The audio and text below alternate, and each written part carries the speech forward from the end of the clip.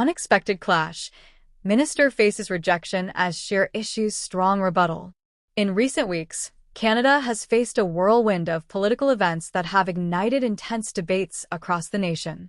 The highly publicized visit of King Charles, which involved a government jet sent to England for his arrival, has been met with significant backlash. Critics have highlighted the extravagant nature of this visit, questioning whether such royal engagements are still relevant in a modern Canada. The public outcry centers on the perception that this ceremonial event is a misuse of taxpayer money, especially in a time when many Canadians are grappling with economic challenges. Footage of the king participating in ceremonial events, such as a symbolic puck drop at a hockey game and a tree planting, has led many to mock the monarchy's role in contemporary Canadian society. Observers have taken to social media to express their disdain, arguing that such displays feel outdated and disconnected from the realities that ordinary Canadians face.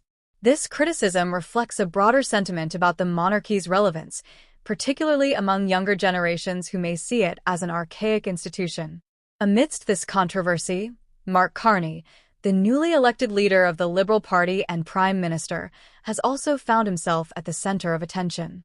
During a public exchange with Foreign Affairs Minister Melanie Joly, Carney appeared to dismiss her contributions, an incident that sparked discussions about his leadership style.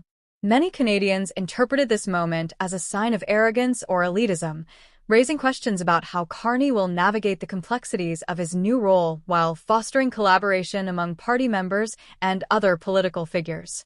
Carney's past as the governor of the Bank of Canada adds layers to this narrative. His reputation for being a pragmatic and effective leader is now under scrutiny as he transitions into a political role. Observers are keen to see whether he can maintain his rapport with the public and fellow politicians while addressing the pressing issues facing the country.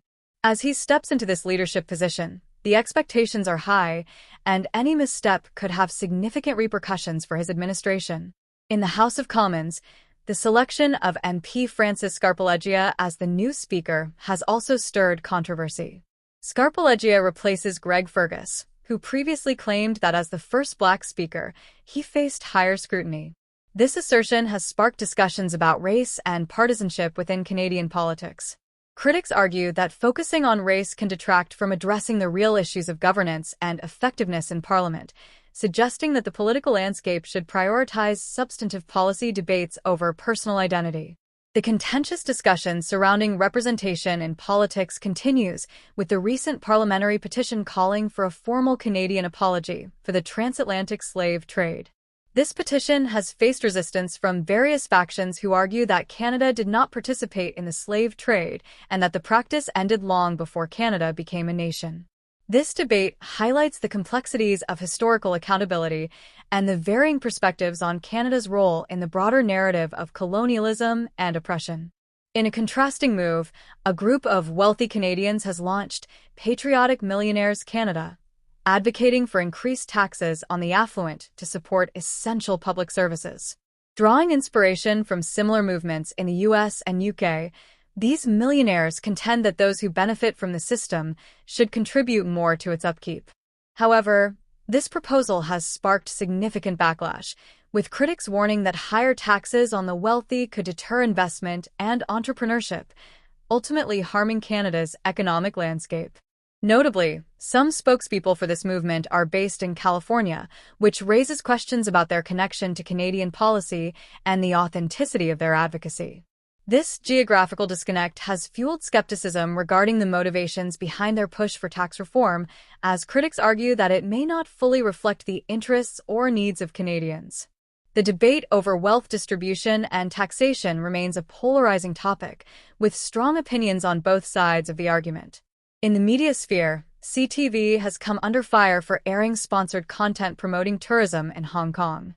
This segment, which portrayed Hong Kong as an attractive destination, has been criticized given the ongoing tensions between Canada and China, particularly concerning allegations of election interference. Critics argue that promoting tourism to a region with serious human rights concerns is inappropriate, especially when the Canadian public is increasingly aware of the complexities surrounding geopolitical relationships. The backlash against CTV's segment underscores the responsibility of media outlets to consider the broader implications of their content.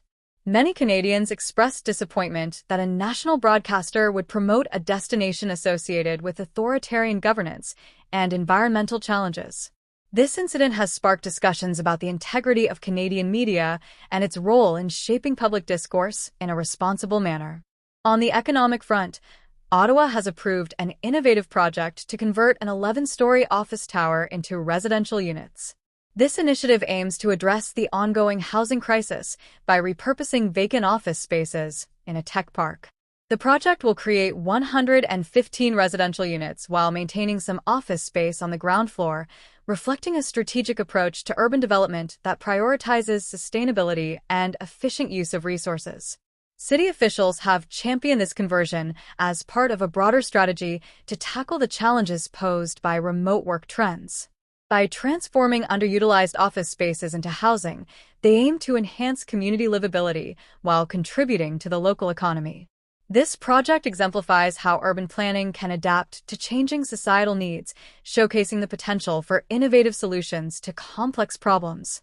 The juxtaposition of these various political and media events paints a picture of a Canada grappling with its identity, governance, and economic priorities. From the royal visit and its implications to the ideological debates surrounding taxation and historical accountability, public discourse remains deeply divided.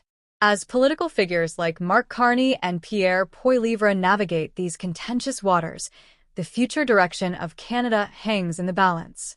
Pierre Poilievre, the leader of the Conservative Party, has positioned himself as a vocal critic of the Liberal government's policies.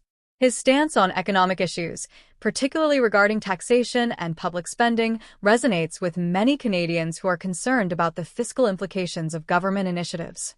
As the political landscape evolves, Poilievre's role as a challenger to Carney's leadership will be crucial in shaping the ongoing dialogue about Canada's future.